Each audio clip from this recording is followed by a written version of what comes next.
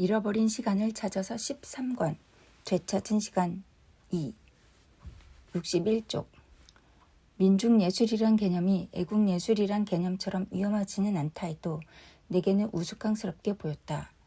유한계급에 적합한 세련된 예술 형식을 포기하고 예술을 민중에게 접근 가능한 것으로 만드는 게 문제라면 나는 사교계 사람들과 많은 교류를 한 탓에 진짜 무식한 사람들은 그들이지 정기공이 아니라는 정도는 알고 있다.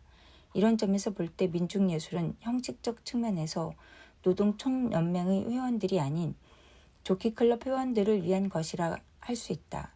또 주제적 측면에서도 민중예술은 마치 어린이를 위해 쓴 책이 어린이를 실증나게 하듯이 민중을 권태롭게 한다. 우리는 책을 읽으면서 낯설게 느끼기를 원하며 또 노동자는 왕자가 노동자에게 관심이 있는 것만큼이나 왕자에게 관심을 갖는다. 전쟁 초기에 바레스 씨는 예술가란 다른 무엇보다도 조국의 영광에 이바지해야 한다고 단언했다. 그러나 예술가는 오로지 예술가로서만 조국의 영광에 기여할 수 있다. 다시 말해 예술의 법칙을 연구하고 그에 대한 실험을 시도하고 과학적 발견 못지않은 어려운 발견을 하는 순간 자기 앞에 있는 진리 외에는 다른 어떤 것도 비록 자기 나라라고 해도 그 어떤 것도 생각해서는 안 된다는 조건에서만 기여할 수 있다. 대혁명 시대의 모든 화가들보다 훨씬 더 프랑스를 영광스럽게 한 와토나 라투르에 대해 그들의 작품을 파괴하지는 않았다 해도 시민 정신에 의거해 그 작품을 경멸했던 혁명가들을 모방해서는 안 된다. 만일 우리에게 선택할 권리가 있다면 아마도 부드럽고 다정한 마음씨를 가진 사람은 해부학을 택하지 않을 것이다. 소데 르로 드 라클로의 고결하고 착한 마음씨가 아무리 크다 해도 그것이 그에게 위험한 관계를 저술하게 한 것은 아니며 또 플로베르가 보바리 부인이나 감정교육 같은 주제를 택한 것도 대부르주아주나 소부르주아에 대한 취향 때문은 아니었다. 마치 전쟁 전에 전쟁이 금방 끝날 거라고 예상했던 사람들처럼 몇몇 사람들은 속도 시대의 예술이란 무척 간략한 것이 될 거라고 주장했다. 이렇게 해서 기차는 관조하는 일을 끝낼 테고 예전에 합승마차를 타고 다니던 시절에 대한 그리움은 아무 소용없는 일이 될 테지만 자동차가 그 기능을 대신하여 관광객들의 발걸음은 어느 버려진 성당 앞에 다시 멈춘다. 삶에 의해 제공된 이미지는 실제로 그 순간 우리가 느꼈던 여러 다양하고 상이한 감각을 가져다 주었다. 이를테면 예전에 읽은 책의 표지는 제목의 철자에 머나먼 여름밤의 달빛을 엮어짰다. 아침에 마시는 카페오레의 맛은 화창한 날씨에 대한 아련한 희망을 가져다 준다. 예전에 하얀 도자기 그릇에 담긴 엉긴 우유처럼 보이는 주름 접힌 크림색 카페오레를 마시는 동안 아직 하루가 손대지 않은 채로 가득 차 있을 때 카페오레의 맛은 여명의 불확실한 빛 속에 우리에게 그토록 자주 미소를 지었다. 한 시간은 그저 한 시간이 아니다. 그것은 향기와 소리와 계획과 날씨로 채워진 항아리이다. 우리가 실제라고 부르는 것은 동일한 순간에 우리를 에워싸고 있는 감각과 추억 사이의 어떤 관계로서 이 관계는 사실에 국한된다고 주장할수록 더욱 사실로부터 멀어지는 단순한 영화적 전망에서는 생략된다. 작가가 서로 다른 두 요소를 자신의 문장에서 영원히 이어지게 하기 위해서는 반드시 찾아내야 하는 유일한 관계이다. 우리는 묘사되는 장소 안에 나타나는 모든 대상들을 하나의 묘사 속에 무한히 이어지게 할 수 있다. 그러나 작가가 상이한 두 대상을 포착하여 과학세계의 유일한 관계인 인과율과 유사한 관계를 예술의 세계에서 설정하고 아름다운 문체의 필연적인 고리 안에 가둘 때라야 진리는 시작된다. 삶에서도 마찬가지로 두 감각의 공통된 성질을 비교하면서 그 두 감각을 서로서로 은유 속에 결합시킬 때라야 시간의 우연성에서 벗어난 공통된 본질을 도출할 수 있다. 이런 관점에서 보면 자연 자체가 나를 예술의 길로 들어서게 했던 것은 아닐까? 자연 자체가 예술의 시작이 아니었을까? 자연은 오랜 시간이 지난 후에도 사물의 아름다움을 자주 다른 것을 통해서만 콩브레이 정원은 종탑 소리 안에서 동시에르의 아침은 온수장치의 딸가닥거리는 소리 안에서만 알게 했던 것은 아닐까? 비록 그 관계가 흥미롭지 않으며 대상은 평범하고 문체는 시시하다 해도 그런 관계가 없었다면 거기에는 아무것도 존재하지 않을 것이다. 그러나 그것뿐만이 아니었다. 실제가 우리 각자에게 거의 동시에 어떤 경험이 잔재라고 한다면 이는 우리가 바로 나쁜 날씨나 전쟁, 주차장, 불 켜진 레스토랑과 꽃핀 정원에 대해 얘기할 때면 모든 사람들이 우리가 하는 말의 의미를 알기 때문이다. 만일 실제가 그런 것이라면 아마도 그런 것을 보여주는 일종의 영화 필름만으로도 충분했을 것이며 그리하여 그것이 단순한 자료에서 벗어나는 문체나 문학은 그저 인위적이고 불필요한 것에 불과했을지도 모른다. 그러나 실제가 과연 그런 것이었을까?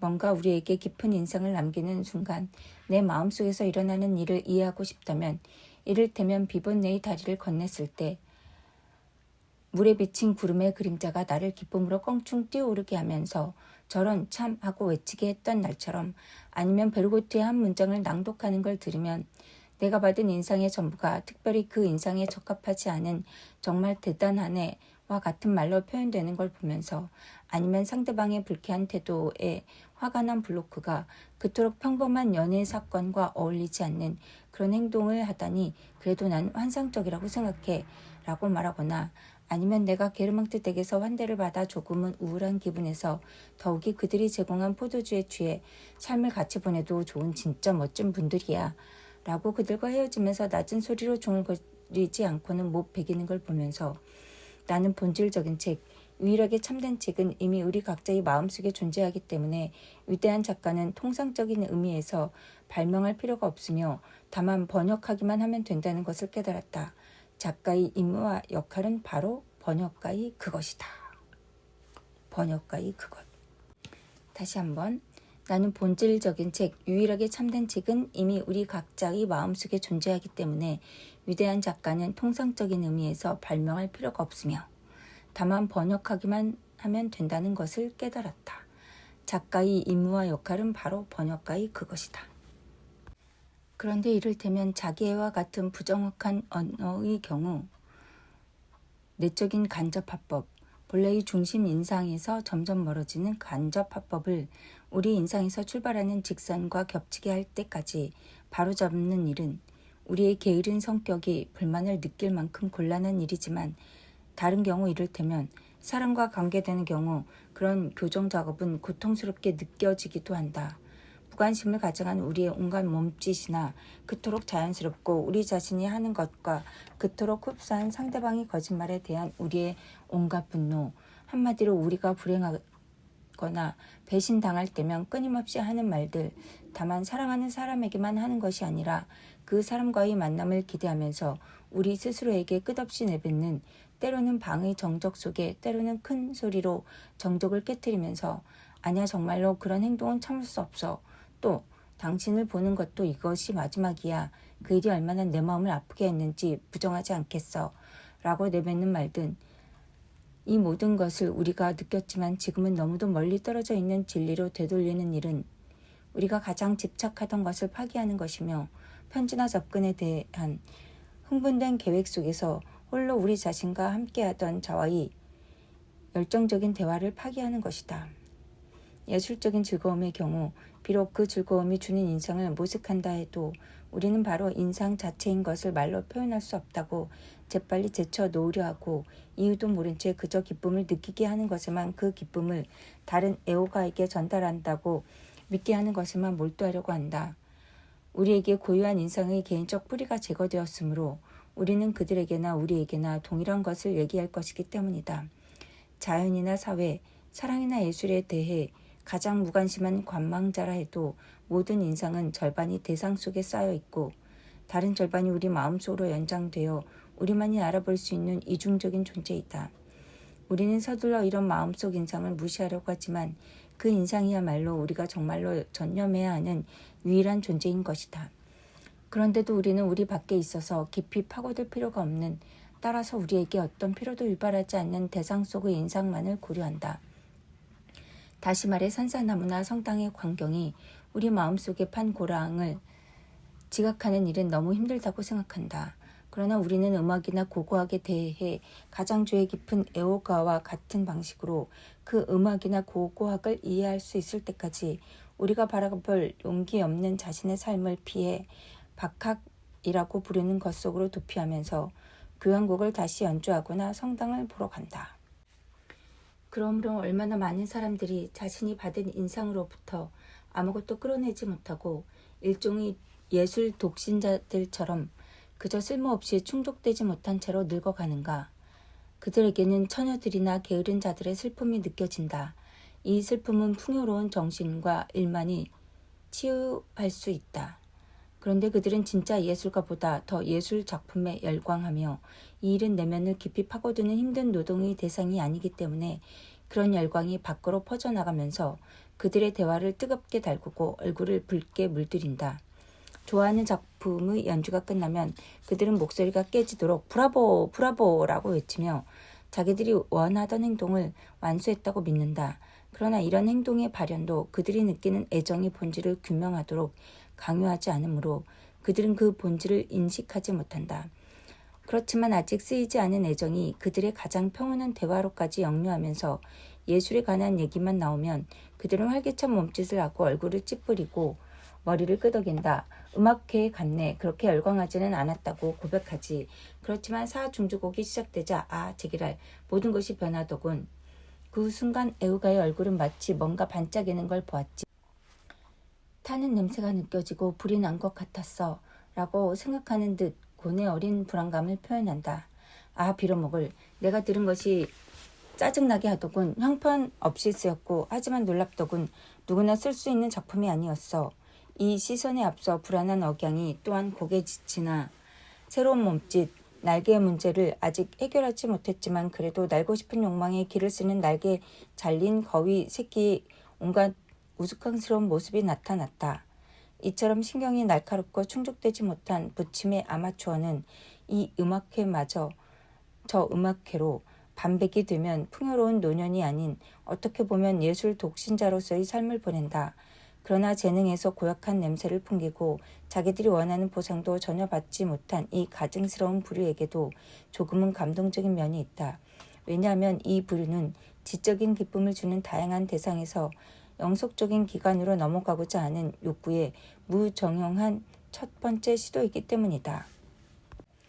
그러나 아무리 우스꽝스러운 존재라 해도 그들을 완전히 무시해서는 안 된다.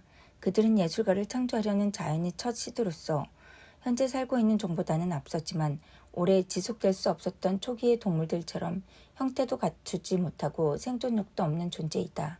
이처럼 의지가 약하고 아무것도 생산해내지 못하는 아마추어는 아직 발견하지 못한 그런 비밀의 방법 때문이 아니라 오로지 날고 싶은 욕망 때문에 이 지상을 떠날 수 없었던 초기 기구들처럼 우리를 감동시킨다.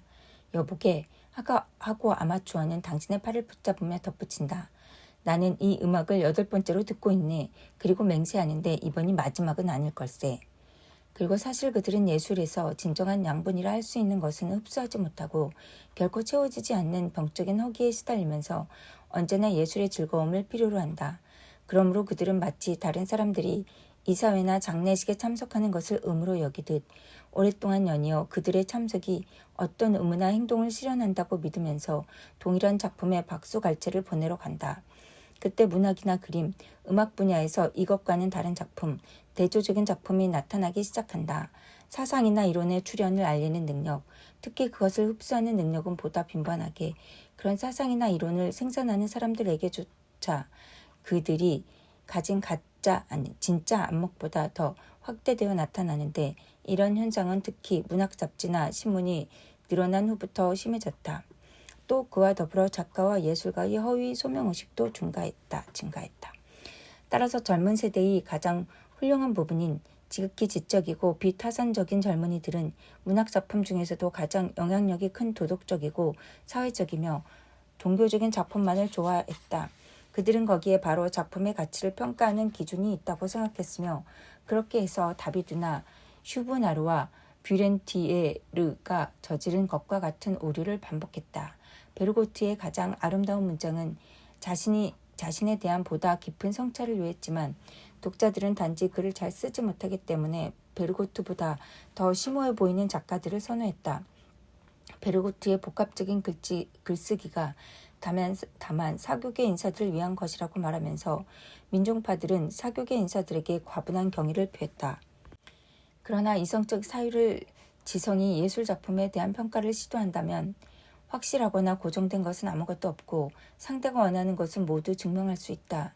재능의 실제는 보편적인 재산이나 취득물로 우리는 다른 무엇보다 사유와 문체라는 표면적인 방식 아래 담긴 재능의 존재를 확인해야 하는데 비평은 작가를 분류하면서 결코 이런 표면적인 방식을 넘어서지 못한다.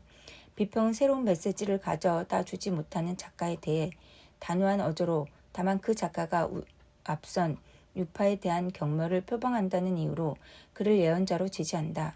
이런 비평가의 오류가 얼마나 지속적인지 작가는 오히려 일반 대중으로부터 평가받기를 선호할 정도이다. 만일 대중이 예술가가 자신에게 낯선 분야에서 탐색을 시도한다는 것조차 이해할 수 있다면.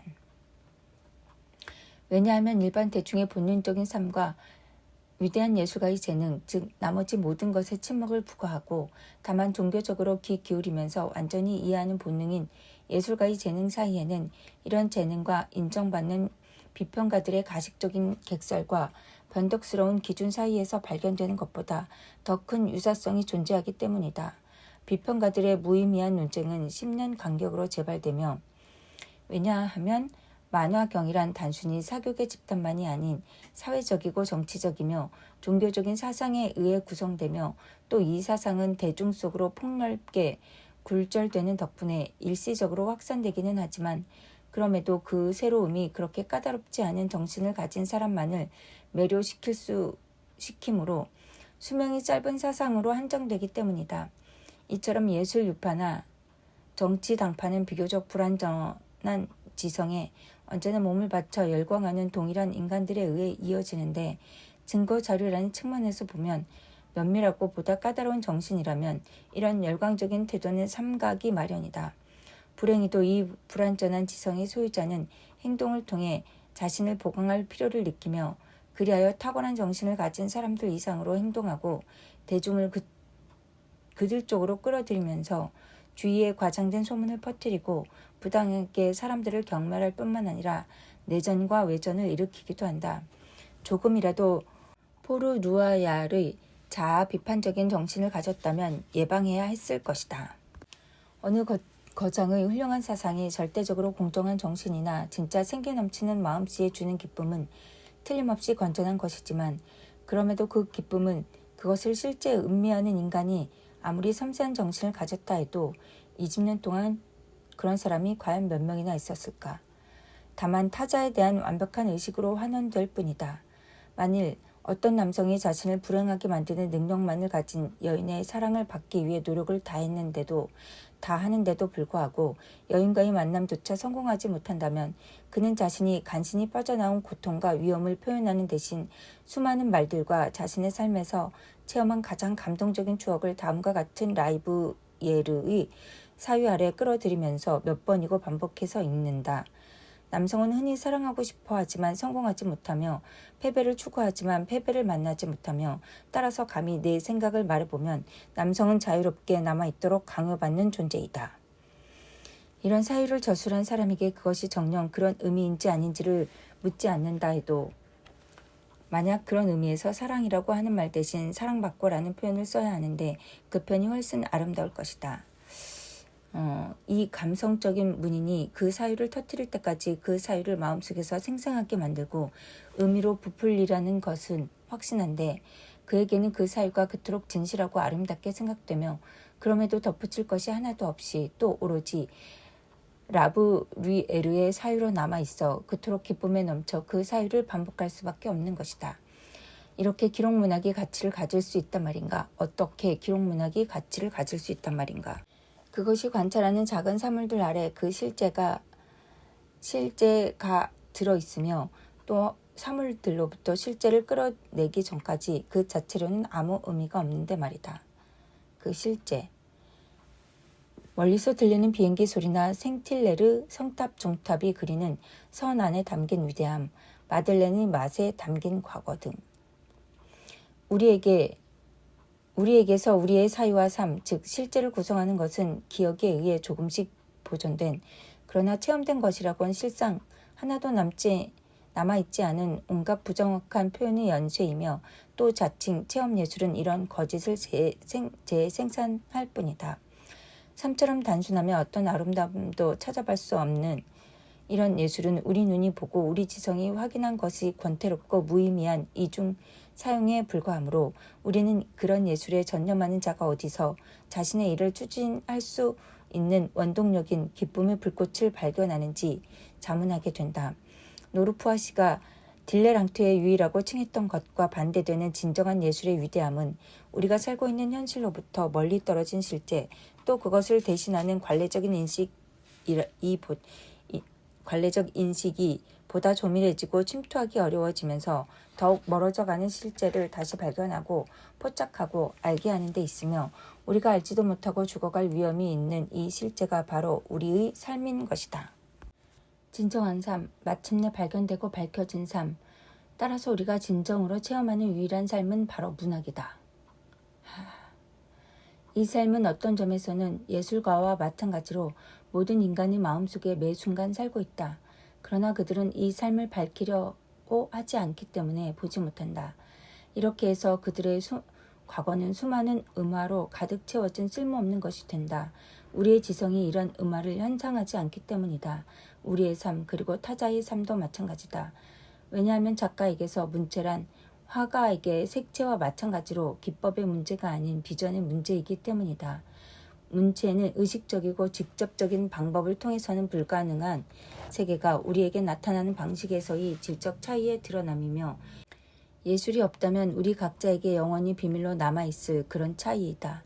우리는 오로지 예술을 통해서만 우리 자신으로부터 벗어날 수 있으며 우리의 우주와는 다른 우주, 달에서 보는 풍경만큼이나 우리에게는 낯선 우주에 대해 타자가 보는 것을 알 수 있다. 예술 덕분에 우리는 단 하나의 세계, 우리만의 세계를 보는 대신 세계가 증식되는 걸 보며 독창적인 예술가가 많으면 많을수록 더 많은 세계를 각각의 세계가 무한 속에 굴러가는 것보다 더 상이한 세계를 우리 마음대로 이용할 수 있으며 그리하여 그 세계는 몇 세기가 지난 후 렘브란트 또는 페르메이르라고 불리는 광원이 꺼진 후에도 여전히 그들의 특별한 빛을 보내온다. 소재나 경험, 말 아래에서 뭔가 다른 것을 보려고 노력하는 예술가의 이런 작업은 매번 우리 자신으로부터 멀리 떨어진 삶을 살 때 자만심과 열정과 지성 그리고 또한 습관이 우리가 느끼는 진정한 인상들 위로 그 인상들을 완벽하게 감추기 위해 말들의 목록이나 우리가 그릇되기라도 삶이라고 부르는 실질적인 목표를 쌓아 올릴 때 우리 마음속에서 수행하는 작업과는 정확히 반대가 된다. 요컨대 이렇게 복합적인 예술이야말로 유일하게 살아있는 예술이다. 예술만이 우리 자신의 삶을 타자를 위해 표현하게 하며 또 우리 자신에게도 보게 해준다. 그 겉모습이 번역될 필요가 없으며 또 자꾸 거꾸로 읽히며 힘들게 판독되는 그런 스스로를 관찰할 수 없는 삶을 우리의 자만심과 열정과 모방정신, 추상적인 지성과 습관이 했던 그 작업을 예술은 해체할 것이며 그리하여 그 작업과는 반대 방향으로 나아가면서 실제로 존재했던 것이 우리도 모르게 잠들어 있는 깊은 곳으로 회귀하면서 우리를 뒤따르게 할 것이다. 그리고 아마도 진정한 삶을 재창조하고 인상을 새롭게 하는 일은 커다란 유혹이었을 것이다. 그러나 이 일에는 온갖 종류의 용기가 감성적인 용기조차 필요했다. 왜냐하면 그것은 무엇보다 자신이 소중히 여겼던 환상을 폐기하고 스스로 구성하는 것을 객관적이라고 믿기를 멈추고 그래서 그녀는 매우 상냥했어 라고 100번이나 헛된 희망을 품으며 자신을 달래는 대신 그 말의 행간에서 난 그녀에게 키스하면서 기쁨을 느꼈어 라는 의미를 읽을 수 있어야 하기 때문이다. 물론 이런 사랑의 시간 동안 내가 체험했던 것은 모든 인간이 다 체험한 것이다. 우리는 체험하고 그러나 그때 체험한 것은 불빛 옆으로 가져가지 않으면 검은색만 보여주는 음화와도 같다. 지성 가까이로 가져가지 않으면 우리는 그것이 무엇인지도 모른다. 그리하여 다만 지성이 음화를 비추었을 때, 지성이 그것을 지적인 요소로 환원했을 때, 물론 힘들긴 하지만 우리가 느낀 것의 형태를 식별할 수 있다.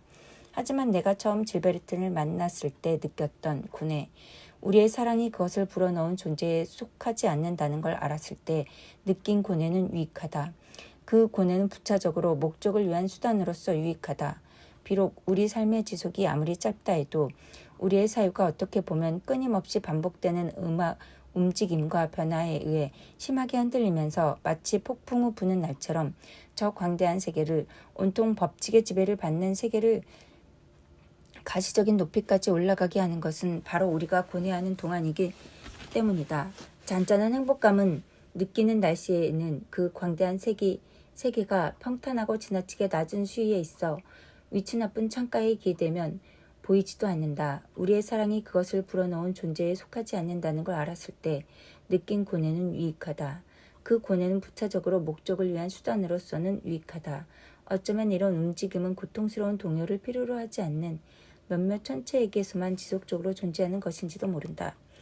그들의 경쾌한 작품이 규칙적으로 폭넓게 전개되는 것을 감상할 때면 나는 작품이 주는 기쁨에 따라 삶의 기쁨을 지나치게 상상하는 경향이 있는데, 이와 반대로 그 삶은 어쩌면 지속적으로 고통스러웠을 것이다. 그러나 고뇌가 유익한 주된 이유는 우리의 사랑이 질베르트에 대한 사랑만이 있는 것이 아니라 또 알베르틴에 대한 사랑만 있는 것도 아닌 우리 마음속에서 연속적으로 사멸하고 또 이기적으로 그 사랑을 붙잡고 싶어하는 여러 다양한 자아보다 더 오래 지속되는 우리 영혼의 일부이며, 또 이 영혼은 비록 그것이 우리에게 아픔을 준다 해도 게다가 유익한 아픔이겠지만 개별적인 존재로부터 벗어나야만 보편성을 회복할 수 있으며, 그리하여 우리가 연속적으로 결합하고자 했던 이런저런 사랑이 아니라 우리 모두에게 보편적인 정신에게 그 사랑에 대한 이해를 가능하게 하기 때문이다. 누가 되찾은 시간이 그렇게 좋다고 했나요? 저에게는 어렵기만 하네요. 나를 둘러싼 아주 작은 기후들에 대해서도 게르망트와 알베르틴, 질베르트와 생루, 발베크 따위의 그런 아주 작은 기호들에 대해서도 나는 습관 때문에 잃어버린 의미들을 복원시켜야 했다. 그리고 우리가 실제에 도달할 때 그 실제를 표현하고 보존하기 위해서는 그것과 다른 것, 습관으로 붙은 속도가 끊임없이 우리에게 가져다 주는 것은 모두 멀리해야 한다.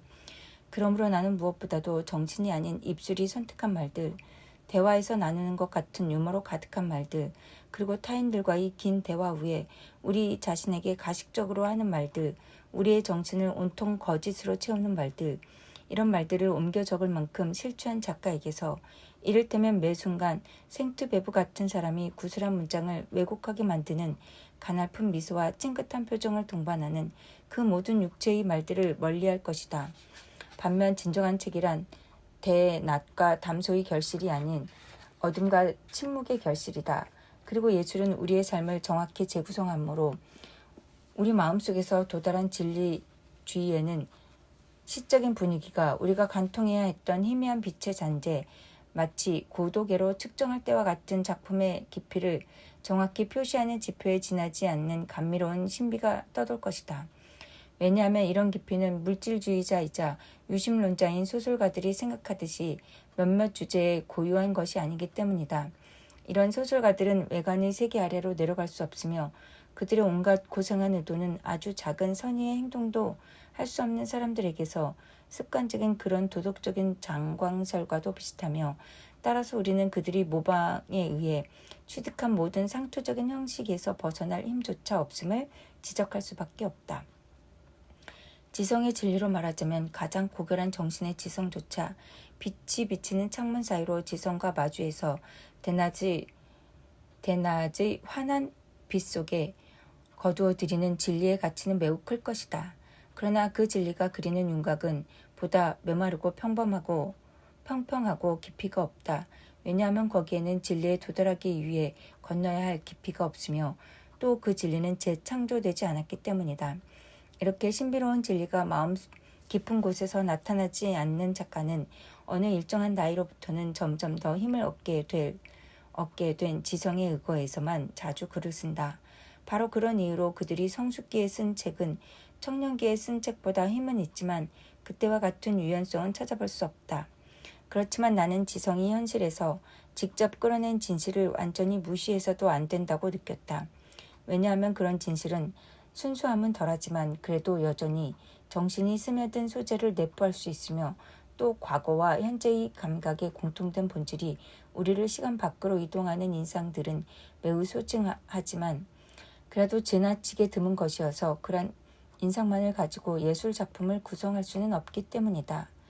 그 작품을 위해 이용할 수 있는 열정과 성격과 풍속에 관계되는 수많은 진실이 내 안으로 밀어닥치는 것을 느꼈다. 그 지각이 내게 기쁨을 유발했다. 그렇지만 그것은 내가 그런 진실 중 여러 개를 고통 속에서 발견했고 다른 것은 지극히 초라한 쾌락을 순간에 발견했음을 환기하는 듯했다.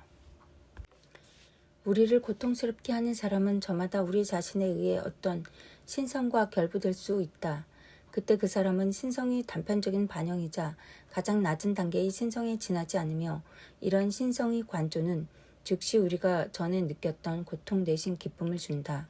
온갖 처세술은 우리를 고통스럽게 하는 사람들을 오로지 성스러운 형태에 이르게 하는 단계로만 이용하고 그렇게 해서 우리의 삶을 즐겁게 신성으로 증식시킨다. 그때 예술 작품만이 잃어버린 시간을 찾기 위한 유일한 방법임을 내게 가르쳐준 빛보다 찬란하지는 않았지만 그래도 새로운 빛이 내 마음속에 비추었다. 그리하여 나는 문학 작품의 이 모든 소재가 내 지나간 삶이라는 걸 깨달았다. 나는 문학 작품의 이 모든 소재가 내 지나간 삶이라는 걸 깨달았다.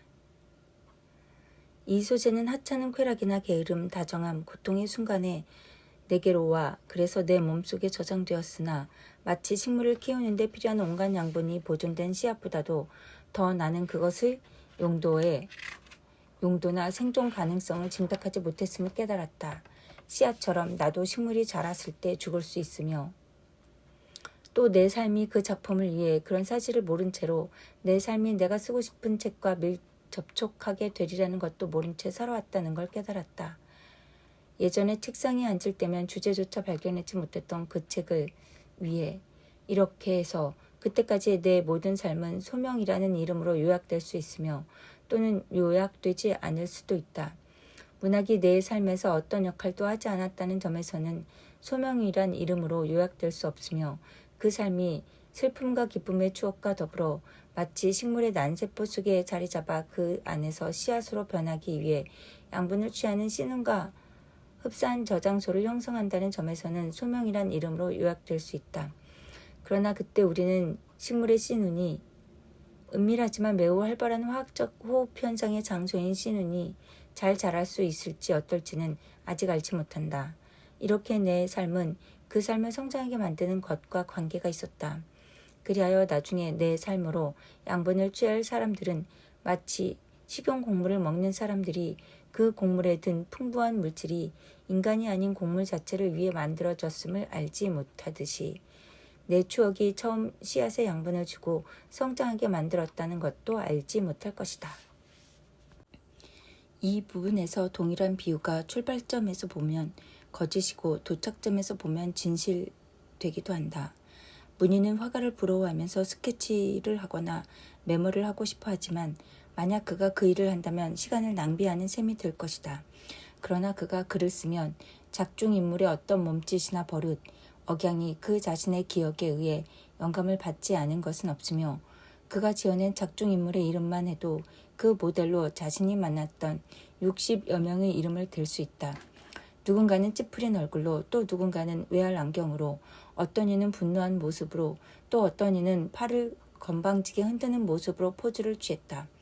그러므로 작가는 화가가 되고 싶은 그의 꿈이 의식적인 방법으로 실현되지 않았음에도 불구하고 그 꿈이 실현되었다고 믿으며 또한 작가 역시 자기도 모르는 사이에 스케치북을 만들었음을 깨닫는다. 왜냐하면 작가는 자기 안에 있는 본능에 끌려 작가가 되리라고 믿기 훨씬 전부터 다른 사람들이 주목하는 많은 것들을 바라보는데 어김없이 소홀했고 그래서 타인으로부터 주의가 산만하다는 비난을 받았으며 또 스스로에게서 알지도 듣지도 보지도 못한다는 비난을 받아왔다. 그런 동안에도 그는 그의 눈과 귀에 타인에게는 매우 유치해 보이는 사소한 것들을 이를테면 어떤 문장을 발음할 때의 억양이나 어느 순간 이런저런 사람이 지어낸 얼굴 표정이나 어깨 동작을 항상 기억해 두라고 지시하고 있었다. 그것은 아주 오래전 일로 그는 그 사람에 대해 어쩌면 아무것도 모르지만 그걸 기억하라고 한 이유는 그 억양이 이미 그가 들은 적 있으며 또는 그가 다시 들을 수 있으며 그리하여 뭔가 반복될 수 있고 지속될 수 있다고 느꼈기 때문이다. 바로 이런 보편적인 것에 대한 감정이 미래의 작가에게 스스로 보편적인 것을 그리고 예술 작품에 들어갈 수 있는 것을 택하게 한다. 왜냐하면 작가는 다른 사람이 아무리 어리석고 미쳤다고 해도 그들과 비슷한 성격의 사람들이 하는 말을 앵무새처럼 반복할 때라야 그들의 말에 귀 기울이며 이렇게 해서 스스로를 예언적인 새, 심리학 법칙의 대변자로 만들었던 것이다. 작가는 보편적인 것만을 기억한다. 이런저런 억양이나 얼굴의 움직임을 통해 비록 그가 아주 오래전 유년 시절에 본 것이라 해도 타자의 삶이 그의 마음속에 재현되었고 그리하여 먼 훗날 그가 글을 쓸 때면 그는 여러 사람에게 공통된 어깨의 움직임을 마치 해부학자의 노트에 기재된 것처럼 정확한 움직임을 묘사할 것이며 그러나 이 경우 심리학적 진실을 표현하기 위해 그 어깨에 제3자가 기대는 목의 움직임도 함께 묘사할 것이다. 각각의 사람이 순간적인 포즈를 취하는 데 기여한다. 문학작품의 창조를 위해 상상력과 감수성은 서로 대체될 수 있는 특징이며 또 감수성이 상상력을 대신해도 별다른 지장이 없는 것은 확실해 보인다. 마치 위가 소화할 수 없어서 그 기능을 장에게 맡기는 사람처럼 말이다. 그렇지만 감수성은 타고났지만 상상력이 없는 인간도 감탄할 만한 소설을 쓸 수 있다. 타인이 야기하는 고통, 고통을 피하려는 노력, 그 고통과 두 번째 잔인한 사람이 일으키는 갈등, 이 모든 것이 지성에 의해 해석되어 작가가 상상해서 창작한 책만큼이나 아름다우며 뿐만 아니라 작가 자신이 스스로에게 몰두하여 행복하듯 그 자신의 몽상과도 무관하며 또한 상상력의 충동적인 움직임에 의해 만들어진 것만큼이나 그 자신에게도 놀랍고 우발적인 것으로 보여 충분히 책의 소재가 될 수 있다. 제 아무리 어리석은 존재도 몸짓과 말과 무의식적으로 표현하는 감정에 의해 어떤 법칙을 드러내기 마련이며 그 자신이 이 법칙을 지각하지 못하지만 예술가는 간파한다. 이런 종류의 관찰 때문에 소기는 작가를 냉혹한 사람으로 여기지만 이는 잘못된 생각이다. 예술가는 그런 우스꽝스러움에서 멋진 보편성을 인지하고 관찰 대상에게 불만을 전가하지 않는다. 마치 혈액순환에 빈번한 장애가 있다고 호소하는 사람을 외과 의사가 무시하지 않는 것과도 같다. 안타깝게도 예술가는 사악하다기보다 불행한 사람이다. 다시 말해 자신의 열정이 문제가 될 때면 그는 열정의 보편성을 인식하면서도 그 열정이 야기하는 개인적인 고통으로부터 쉽게 벗어나지 못한다. 물론 어느 무례한 자가 모욕할 때면 우리는 그가 칭찬해 주기를 바랐을 테지만 특히 우리가 찬미하는 여인이 배신하는 경우 그것을 막을 수만 있다면 우리는 무엇이든 다 내어주었을 것이다. 모욕에 대한 원한과 버려짐의 고통은 한 번도 가본 적 없는 돼지와도 흡사했으리라. 이런 돼지의 발견은 남성에게는 큰 고통이겠지만 예술가에게는 소중한 것이다. 그리하여 사악한 자도 배은망덕한 자도 예술가의 뜻에 반해 또 그들의 뜻에 반해 예술가의 작품 속에서 출현한다. 풍자문의 저자는 그가 비난한 악당을 본의 아니게 자신의 명예를 위한 협력자로 만든다. 모든 예술작품에서 우리는 예술가가 가장 증오한 인물들과 또 슬프게도 가장 사랑한 여인까지도 알아볼 수 있다. 그런 여인들조차 작가의 뜻과는 반대로 가장 그를 고통스럽게 했던 순간에만 포즈를 취할 뿐이다. 알베르틴을 사랑했을 때 나는 그녀가 나를 사랑하지 않는다는 걸 깨달았고 그래서 고통이나 사랑을 느끼는 일이 무엇인지 또 처음에는 행복을 느끼는 일까지 그녀가 내게 알게 해주었다고 생각하며 체념해야 했다. 그리고 우리가 슬픔에서 보편적인 법칙을 도출하고 슬픔에 대한 글을 쓰려고 한다면 여기서 내가 열거한 모든 이유 외에 다른 이유로 해서 어쩌면 조금은 위로를 받을지도 모른다. 그것은 보편적인 방식으로 사유하고 글을 쓰는 것이 작가에게는 건전하고 꼭 필요한 기능이어서 그 기능의 성취가 마치 육체를 가진 인간에게 운동하고 땀 흘리고 목욕할 때처럼 그를 행복하게 만든다는 점이다. 그러나 사실을 말하자면 나는 그 점에 대해 조금은 분노한다. 우리 삶의 최고 진리가 예술에 있다고 믿으면서 다른 한편으로는 할머니의 죽음을 슬퍼하고 알베르틴을 사랑하는 데 필요한 기억을 되살릴 만한 힘도 없으면서 그럼에도 불구하고 그들이 의식조차 못하는 예술 작품이 그들에게 그 가엾은 이들의 죽음이라는 운명에 대해 어떤 성취감을 주었는지 자문해 본다. 할머니가 단말마의 고통 속에 죽어가는 모습을 바로 내 옆에서 그렇게도 무관심하게 보지 않았던가. 작품이 끝났을 때 상처를 받고 어떤 치료도 없이 오랜 시간을 고통스러워하며 모든 이들로부터 버림받은 나. 마침내 죽기 전에 내가 지은 죄를 속죄할 수 있을까? 더욱이 내게 소중하지 않은 사람들이나 무관심한 사람들, 또 내가 사유를 통해 이해하려고 애썼지만 결국은 고통이나 단지 우스꽝스러운 전만을 다루려고 했던 모든 인간의 운명에 대해서도 나는 무한한 연민의 정을 느꼈다. 내게 진리를 계시했고 더 이상 존재하지 않는 그 모든 이들은 오로지 내게 도움을 주기 위해서만 살았으며 또 나를 위해 죽은 것처럼 보였다. 내가 그토록 집착했던 사랑도 내 책에서는 한 존재로부터 너무 멀리 벗어나 있어 여러 다양한 독자들이 그들이 다른 여인에 대해 느꼈을 것에 이 사랑을 그대로 정확히 적용할지도 모른다는 생각에 마음이 슬퍼졌다. 그러나 이런 사후의 불충분에 대해 또 이런 불충이 여러 존재들 사이에 나뉜 사랑이 내가 살아있는 동안 또 내가 글을 쓰기도 전에 이미 시작되었다면 이런저런 사람이 내 감정의 대상으로 미지의 여인들을 제시한다고 해서 과연 분노할 수 있을까? 나는 질베르트와 게르망트 부인과 알베르틴 때문에 연달아 번민했다. 또한 연달아 그들을 망각했고 오로지 여러 다른 존재에 바쳐진 내 사랑만이 지속되었다. 미지의 독자에 의해 내 추억 중의 하나를 모독당하는 일을 나는 독자들보다 먼저 실행했다. 거의 자신이 끔찍스러울 정도였다. 마치 어느 민족주의 정당이 그 이름으로 수많은 적대 행위를 계속하고 대다수의 고귀한 희생자들이 고통에 시달리면서 투쟁의 결과도 알지 못한 채 적어도 우리 할머니에겐 조금은 보상이 되었지만 투쟁의 결과도 알지 못한 채 죽어가는데도 전쟁이 그 정당에만 도움이 되었다는 걸 알 때처럼 말이다. 할머니는 내가 글을 쓰기 시작하는 걸 알지 못했는데 나의 유일한 위안은 비록 할머니가 나의 발전된 모습을 보지 못한다 해도 오래전부터 할머니를 그토록 고통스럽게 했던 내 무의와 실패의 삶을 할머니가 더 이상 의식하지 못한다는 점이다. 물론 거기에는 할머니와 알베르틴만이 아니라 다른 많은 이들도 있으며 나는 그들의 어떤 말이나 시선에 동화할 수 있었지만 그들을 개별적인 존재로서는 더 이상 기억하지 못한다.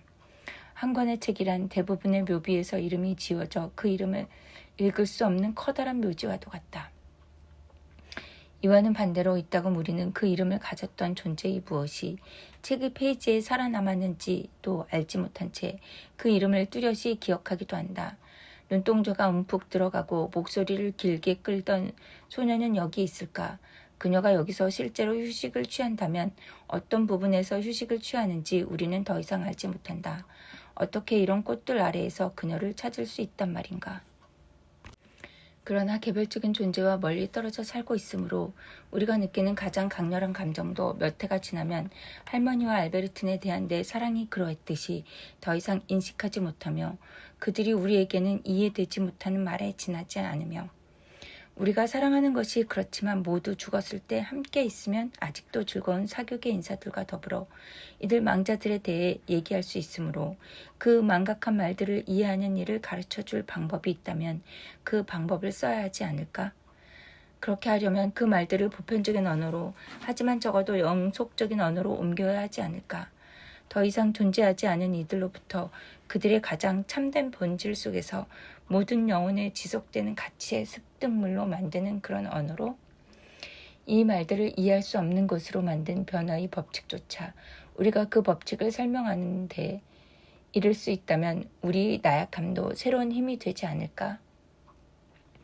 더욱이 우리 슬픔이 공동으로 작업한 작품은 미래에 대한 고뇌의 불길한 기호인 동시에 위로의 행복한 기호로 해석될 수 있다. 사실 우리가 시인의 사랑이나 슬픔이 시인에게 또 작품을 축조하는 데 도움이 되었다고 말한다면, 만일 그런 사실을 전혀 짐작도 하지 못한 미지의 여인들이 한 여인은 그저 아기로, 다른 여인은 조롱조로, 그들 자신은 결코 보지 못할 기념비적인 건물의 축조에 필요한 돌을 가져다 주었다고 말한다면, 우리는 작가의 삶이 이 작품과 함께 끝난 것이 아니며, 그를 그토록 고통스럽게 했던 그 동일한 본성이 그의 작품 속에 스며들었으며, 그 본성은 작품이 끝난 후에도 여전히 계속 살아남아서 만일 시간이 주체를 둘러싼 상황이나 주체 자체의 사랑의 욕구나 고통에 대한 저항에서 변경한 모든 요인을 조금이라도 일탈하지 않는 그런 비슷한 조건에서는 다른 여인을 사랑하게 될 것임을 우리는 충분히 생각해 보지 않는다. 이런 첫 번째 관점에서 작품은 오로지 다른 사랑의 운명적인 전조인 불행한 사랑으로 간주되어야 하며, 그리하여 그 사랑은 삶을 작품과 흡사하게 만들고, 또 시인은 자신이 쓴 것에서 앞으로 일어날 일의 모습을 미리 발견할 수 있으므로 더 이상 글을 쓸 필요가 없다. 이렇게 해서 알베르틴에 대한 내 사랑은 비록 약간의 차이는 있다 해도 행복한 나날 가운데 질베르트의 이름을 처음 발견하는 걸 들었을 때, 알베르틴의 아주머니가 그녀의 모습을 처음 묘사하는 걸 들었을 때, 그러나 그 보잘것없는 싹이 자라서 어느 날인가 나의 온 삶 위로 펼쳐지리라는 꿈에도 생각조차 못했을 때, 질베르트에 대한 내 사랑 속에 이미 새겨져 있었다. 그러나 다른 관점에서 본다면 작품은 행복의 기호이다. 왜냐하면 작품은 모든 종류의 사랑에서 보편적인 것이 개별적인 것 옆에 존재하며, 또 슬픔의 본질을 깊이 파헤치기 위해서는 그 원인을 무시하고 슬픔에 맞서는 힘을 강화하는 훈련을 통해 개별적인 것에서 보편적인 것으로 넘어가는 길을 가르쳐 주기 때문이다. 사실 내가 그 후에 경험했던 것처럼 우리가 사랑을 하고 괴로워할 때도, 만일 우리의 소명이 마침내 글을 쓰는 시간 동안 실현되어 사랑하는 존재가 그토록 광대한 현실 속으로 용해된다고 느낄 때면 이따금 그 존재를 망각하기에 이르며, 그리하여 글을 쓰면서도 사랑하는 존재와 아무 관계없는 단순한 신체의 병, 이를테면 일종의 심장병 같은 것으로 괴로워하는 정도밖에 자신의 사랑에 대해 더 이상 고뇌하지 않게 된다. 사실 이것은 시간의 문제이다. 만일 우리의 작업이 예정된 시간보다 늦게 이루어진다면 그 결과는 우리가 기대했던 것과는 반대가 된다. 왜냐하면 우리의 뜻이 아닌데도 악이나 무능으로 우리의 환상을 파괴하는 존재들이 그들 스스로 아무것도 아닌 것으로 환원되고, 또 우리 스스로가 만들어낸 사랑의 망상에서도 떨어져 나가기 때문이다. 그때 만일 우리가 다시 작업을 시작한다면 우리의 영혼은 그들의 가치를 다시 격상시키고 자기 분석의 필요에 의해서 우리를 사랑했을지도 모르는 사람들과 그들을 동일시한다. 이 경우 문학은 사랑의 환상이 해체된 작업을 다시 시작하면서 더 이상 존재하지 않는 감정에 일종의 사후의 삶을 부여한다. 물론 우리는 자기 몸에 위험한 주사를 계속해서 다시 주입하는 의사와 같은 용기를 가지고 우리 자신의 개별적인 고통을 다시 살아야 한다. 그러나 동시에 그 고뇌를 일반적인 형태로 사유해야 하는데, 이 형태가 어느 정도는 고뇌의 중압감으로부터 벗어나게 해주며, 또 모든 이들로 하여금 우리의 아픔을 공유하게 만들면서 어떤 기쁨마저 느끼게 한다. 우리의 삶이 가둔 그곳에 지성이 출구를 뚫는다. 왜냐하면 공유되지 않는 사랑에는 치료약이 없으므로 우리는 고뇌를 확인함으로써만 고뇌에서 벗어날 수 있기 때문이다. 비록 그것이 고뇌가 포함되는 결과를 나타나게 해도 말이다. 우리의 지성은 출구가 없는 삶의 닫힌 상황은 알지 못한다. 그러므로 그 어떤 것도 보편적인 것이 되지 않고는 지속될 수 없으며, 또 정신은 그 자체로는 죽어가기 때문에 나는 작가가 가장 소중히 여겼던 사람이라 해도 결국은 화가에게서 모델처럼 작가를 위해 포즈를 취한데 지나지 않는다는 것을 체념하고 받아들여야 했다. 사랑의 영역에서 행복한 연적은 적이라고 해도 마찬가지지만 우리의 은인이다. 하찮은 육체적 욕망만을 부추긴 존재에게 연적은 이내 거대한 낯선 가치를 덧붙이며, 그러나 우리는 그 가치를 존재와 혼동한다. 만일 연적이 없다면 쾌락은 사랑으로 변모되지 않을 것이다. 만일 우리에게 연적이 없다면, 또는 연적이 있다고 믿지 않는다면 말이다. 왜냐하면 연적이 반드시 실제로 존재할 필요는 없기 때문이다. 우리의 행복을 위해서는 의혹이나 질투가 존재하지 않는 연적에게 부여하는 그런 환상적인 삶만으로는 충분하다. 이따금 고통스러운 문단이 초고 상태에 있을 때 새로운 애정이나 새로운 고통이 나타나 그 문단을 완성하고 풍요롭게 한다. 이런 유익한 슬픔에 대해 지나치게 아쉬워할 필요는 없다. 그런 슬픔은 부족하지 않으며 오래 기다리게 하지도 않기 때문이다. 그렇지만 그 슬픔은 그리 오래가지 않으며 따라서 우리는 서둘러 이용해야 한다. 다시 말해 마음을 진정시키거나 아니면 슬픔이 너무 심해져서 마음이 더 이상 단단하지 못할 때면 죽음에 이른다. 행복만이 육체에 유익하며 그러나 슬픔이 정신력을 기른다. 비록 슬픔이 매 순간 어떤 법칙을 발견하게 하지는 못해도 우리는 다시 진실로 돌아가게 하고 매 순간 습관이나 회의주의, 삶의 가벼움이나 무관심의 잡초를 뽑아내면서 사물을 진지하게 여기도록 강요한다는 점에서 슬픔은 필수적이다. 사실 행복이나 건강과 공존하지 못하는 이 진실은 삶과도 항상 공존하지 못한다. 슬픔이 마침내 우리를 죽음에 이르게 한다. 지나치게 극심한 새로운 아픔에 접할 때마다 우리는 다른 혈관이 튀어나오면서 눈 아래 관자놀이를 따라 그 치명적인 뒤틀림이 커져가는 걸 느낀다. 이렇게 해서 모든 사람들이 조롱하는 늙은 렘브란트나 늙은 베토벤 같은 이들이 그 무서운 피폐한 얼굴이 조금씩 만들어져 간다. 그러므로 마음속 고통만 없다면 눈밑 처짐이나 이마의 주름살은 아무것도 아닐 것이다. 하지만 우리가 가진 힘은 다른 힘으로 변할 수 있다. 지속되는 열기는 빛이 되며 번개불이 사진을 찍게 할 수 있으며 우리 마음속의 어렴풋한 고통은 마치 깃발처럼 각각의 새로운 슬픔에 대한 가시적이고 영속적인 이미지를 그 고통 위로 들어 올릴 수 있으므로 슬픔이 가져다주는 정신적인 앓음을 위해 육체의 아픔을 감수하기로 하자. 육체로부터 떨어져 나온 새로운 부분, 이번에는 선명하게 빛나는 판독할 수 있는 부분은 재능이 많은 사람은 필요로 하지 않을 테지만 우리가 받은 고통의 대가로 작품을 보완하기 위해 또 감동이 삶을 부러뜨릴수록 작품을 더 공고히 하기 위해 우리 작품에 덧붙여진 것이므로 설령 우리의 육체가 붕괴된다 해도 그냥 내버려 두자. 관념은 슬픔의 대용품이다. 슬픔이 관념으로 변하는 순간 슬픔은 우리 마음을 아프게 하는 유해한 자궁의 일부를 상실하고 그 변화 자체가 처음 순간에는 즉각적으로 기쁨을 발산한다. 게다가 관념은 시간이 범주 안에서만 대용품이다. 왜냐하면 그 첫 번째 요소가 관념이라면 슬픔은 몇몇 관념이 처음으로 우리 마음속에 들어오는 방식에 지나지 않기 때문이다. 그러나 이런 관념의 그룹에는 여러 계열이 존재하며 그중 어떤 것은 즉시 슬픔이 된다. 이런 성찰은 내가 언제나 예감했으며 특히 캉브르메르 부인이 어떻게 내가 에스티르 같은 뛰어난 인물을 알베르틴 때문에 소홀히 하는지 모르겠다고 했을 때 예감했던 진리에 보다 확고하고 분명한 의미를 발견하게 했다. 지적인 관점에서조차 나는 그녀의 말이 틀렸다고 느꼈지만 문인의 수련 과정에 필요한 가르침을 그녀가 이해하지 못했다는 건 알지 못했다. 예술의 객관적인 가치는 이런 점에서 미미한 것이다.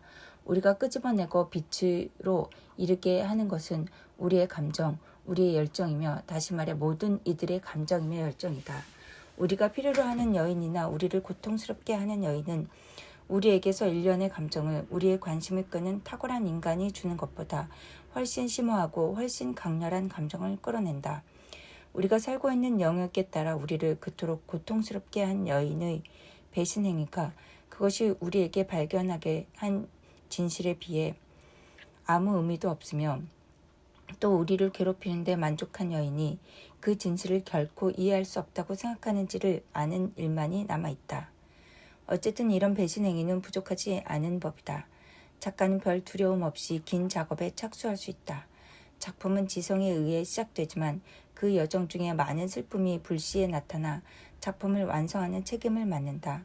행복으로 말하자면 그것은 불행을 가능하게 한다는 단 하나의 용도를 가질 뿐이다. 행복한 시간 동안 우리는 그토록 신뢰와 애정으로 맺어진 지극히 감미롭고 단단한 유대 관계를 형성했으므로 그들과의 결별은 불행이라고 분리는 그토록 소중한 아픔을 유발한다. 만일 우리가 행복하지 않았다면, 다만 행복에 대한 기대에서라도 그렇지 않았다면 우리의 불행에는 잔인함이 결여되었을 테고 따라서 별 결실도 맺지 못했으리라. 부피나 조밀함, 보편성과 문학적 실제를 파악하기 위해서는 단 하나의 성당을 그리기 위해 많은 성당을 보러 가야 하는 화가 이상으로 작가 또한 단 하나의 감정을 위해 많은 존재에 대한 탐색을 필요로 한다. 왜냐하면 예술이 길고 삶이 짧다면 반대로 예술가의 영감은 짧고 그 영감이 묘사해야 하는 감정 또한 그보다 길지 않다고 말할 수 있기 때문이다. 책을 구성하는 것은 우리의 열정이지만 책을 쓰게 하는 것은 그 사이에 취하는 휴식이다. 영감이 다시 살아나고 그리하여 우리가 작업을 다시 시작할 때면 하나의 감정을 묘사하기 위해 우리 앞에 앉은 여인은 더 이상 그 감정을 느끼지 못하게 한다. 따라서 우리는 다른 여인을 모델로 삼아 그 감정을 계속 묘사해야 하며 비록 이 일이 존재에 대한 배신 행위가 된다 해도 문학적 관점에서 작품을 우리가 지나간 사랑의 추억이자 새로운 사랑의 예언으로 만드는 감정의 유자성 덕분에 이런 교체는 그렇게 부정적인 것만은 아니다. 바로 이 점이 저자가 말하는 사람이 누구인지를 알려고 시도하는 연구가 불필요한 이유 가운데 하나이다. 한 권의 작품은 비록 그것이 직접적인 고백록이라고 해도 적어도 작가의 삶에서 일어난 여러 일화 중 작품에 영감을 준 오래된 일화와 다음에 오는 사랑이나 특징이 거의 오래된 일화를 모방한 탓에 그와 흡사한 나중의 일화가 들어있기 마련이다. 가장 사랑했던 존재에 대해서도 우리는 자신에게 충실한 만큼 그렇게 충실하지 못하며 그래서 맞이하나 여인을 망각하고 그것이 우리 자신의 특징 중 하나이기 때문에 다시 사랑을 시작한다. 이런 사랑에 기껏해야 우리가 사랑했던 여인의 특이한 형체를 덧붙일 뿐인데 이 특이한 형체가 훗날 불충실한 가운데서도 그녀에게 충실하게 만드는 것이다. 우리는 나중에 여인과 똑같은 아침 산책을 하고 밤이면 똑같이 여인을 데려다주고 100배나 더 많은 돈을 그 여인에게 줄 필요를 느낀다. 우리가 여인에게 주는 그 때문에 우리를 불행하게 만들고 다시 말해 우리로 하여금 책을 쓰게 만드는 이런 돈의 유통은 신기한 것이다. 작품이란 아르투아의 우물처럼 고뇌가 마음속 깊이 파고들면 파고들수록 더 높이 솟아오른다고 말할 수 있다. 이런 교체 작업은 뭔가 비타산적이며 보다 일반적인 사실, 즉 작가가 전념해야 할 것은 인간이 아니며 인간은 실제로 존재하지 않고 표현이 가능한 것은 인간이 아닌 관념이라는 지극히 엄중한 교훈을 덧붙인다. 그러므로 이런 본보기가 되는 사람들을 우리 마음대로 이용할 수 있는 동안 작가는 시간을 낭비하지 말고 서둘러야 한다. 왜냐하면 행복의 모델이 되는 사람들은 보통 행복을 그리는데 많은 시간을 주지 않으며 고통의 모델이 되는 사람들도 유감이지만 고통 역시 빨리 지나가므로 많은 시간을 주지 않기 때문이다. 게다가 고통이 우리 마음속에 있는 작품 소재를 발견하고 제공하지 않는 경우에도 우리에게 그런 생각을 고취시킨다는 점에서는 도움이 된다. 상상력이나 사유는 그 자체로는 감탄할 만한 기제지만 무기력한 상태에 빠질 수 있다. 그때 고통이 그 기제를 작동시킨다. 고통을 묘사하기 위해 모델을 설 준비가 된 존재들은 이런 시기에만 출입하는 우리 마음속 화실에서 얼마나 많은 기회를 제공하는가. 이 시기는 거기에 담긴 여러 고통과 더불어 우리 삶의 이미지와도 흡사하다. 고통 또한 여러 상이한 모습을 담고 있어 하나가 진정되었다고 믿으면 또 다른 새로운 고통이 내도하기 때문이다. 새로운이라는 단어가 가진 모든 의미에서 말이다. 어쩌면 그런 예기치 못한 상황이 우리 자신과 더욱 내밀한 접촉을 하도록 강요하기 때문인지도 모르며 사랑이 매 순간 우리를 몰아넣는 그 고통스러운 갈등이 우리가 무엇으로 만들어졌는지 그 실제를 연이어 조금씩 가르쳐주고 보여주기 때문인지도 모른다. 이렇게 해서 알베르틴이 내 집에서 문이 열려 있기만 하면 아무데나 개처럼 들어가고 모든 걸 뒤죽박죽으로 만들어 놓고 내 재산을 거덜내고 그토록 많은 슬픔을 야기하는 걸 보면서 프랑스와즈는 이렇게 말하곤 했다. 그때 나는 이미 몇 편의 평론도 썼고 번역도 했다. 아, 도련님의 시간을 모두 낭비하게 하는 저런 여자아이 대신 반듯하게 자란 젊은 남자 비서라도 둔다면 도련님의 이 모든 종이 조각들을 정리할 텐데 어쩌면 나는 프랑스와즈의 말이 현명하다고 잘못 생각했는지도 모른다. 내 시간을 낭비하게 하고 나를 슬프게 하는 알베르트는 어쩌면 문학적 관점에서조차 종이 조각들을 정리해 주었을 비서보다는 훨씬 유익했을 테니. 그러나 그럼에도 괴로워하지 않고는 사랑할 수 없으며 진실을 알기 위해 괴로워해야 하는 그런 잘못 형성된 존재라면 어쩌면 자연계에서 이런 존재는 바로 인간일 것이다. 그렇게 잘못 형성된 존재라면 이런 존재의 삶은 결국 질력 날 수밖에 없다. 행복한 세월은 잃어버린 세월이며 우리는 일을 하기 위해 고통의 시간을 기다린다. 고통을 미리 겪어야 한다는 관념이 일이라는 관념에 결부되면서 새로운 작품을 상상하려면 우선 고통을 겪어야 한다는 생각에 우리는 매번 새로운 작품에 들어가기를 두려워한다. 그리하여 고통이야말로 우리가 삶에서 만날 수 있는 최상의 것임을 이해할 때면 별 두려움 없이 거의 해방된 것처럼 죽음을 생각한다. 여기서 3편 끝!